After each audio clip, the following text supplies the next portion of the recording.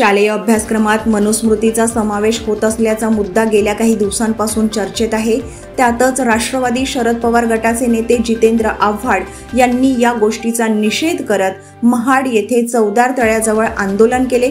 या आंदोलनावेळी आव्हाडांकडून मनुस्मृती ग्रंथाचे दहन करण्यात आले, परंतु यावेळी जितेंद्र आव्हाड आणि त्यांच्या कार्यकर्त्यांकडून डॉक्टर बाबासाहेब आंबेडकर यांचा फोटो असलेल्या पोस्टरही फाडण्यात आल्याचं समोर आलं आहे। स्टंटबाजीच्या नादात डॉक्टर जितेंद्र आव्हाडांनी महामानव डॉक्टर बाबासाहेब आंबेडकर यांचा फोटो फाडला। स्टंटबाजीत आपण काय मूर्खपणा केला हेही आव्हाडांच्या लक्षात येऊ नये। आव्हाडांनी तात्काळ देशाची माफी मागावी। त्यामुळे या आंदोलनावरून राष्ट्रवादी अजित पवार गट चांगलाच आक्रमक झाला आहे। जितेंद्र आव्हाडांनी बाबासाहेबांचे फोटो असलेले पोस्टर आधी छापले आणि मग ते फाडले। जितेंद्र आव्हाडांच्या विकृत मानसिकतेचं प्रदर्शन त्यांनी केलं।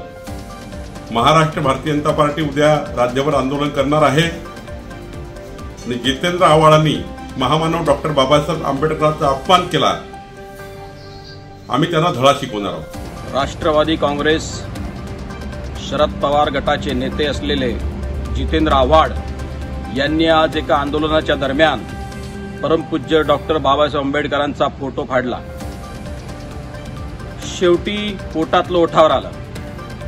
संविधानाचा सन्मान एकीकडे सांगायचा, एकीकडे परमपूज्य बाबासाहेब डॉक्टर आंबेडकरांचं नाव सांगायचं, परंतु त्याच वेळेला दुसऱ्या बाजूला मात्र त्यांचा फोटो फाडत त्याची आहुती द्यायची।